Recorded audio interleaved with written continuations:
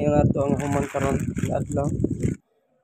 Muna siya ato ang carton mo mga kapuding mag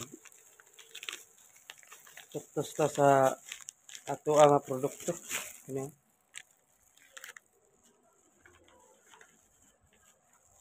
lemon nya apple tea. Hello mga kapuding, kung bag-o pa ka sa imuha nga nakita karon mo nay dried lemon.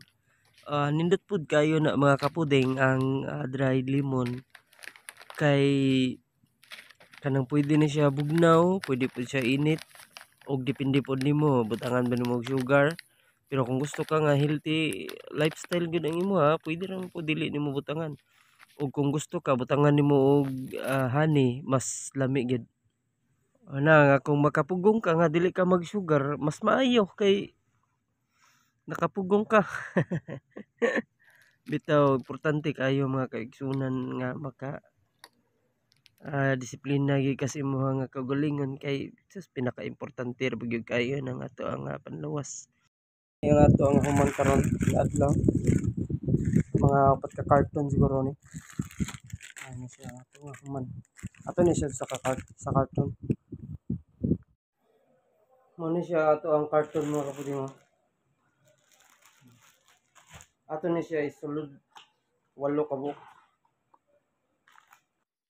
Muna siya mga kapuding nindot kayo nga ibutang yun og sudlanan nga klaro, karton or pouch.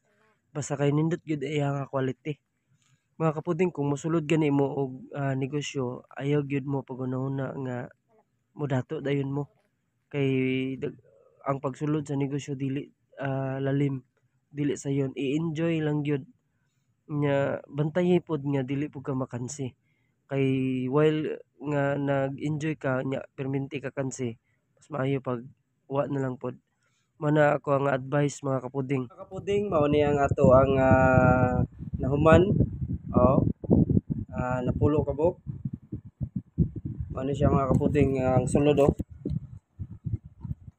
Sana on ano siya. Kung gusto ka mo palit ano mga kapuding PM lang. Yang pag butang sa tubig ani depende nimo kung bugnaw ba o dili. Og bugnaw gani pabti og dugay-dugay pod. Ayhan nimo imnon kay aron ma batian gid nimo ang lasa o malasahan gid nimo ang iyahang kuan, ang iyahang prutas, lemon, orange o apple. Nya kung ininit 5 to 10 minutes mo tusok na kayo.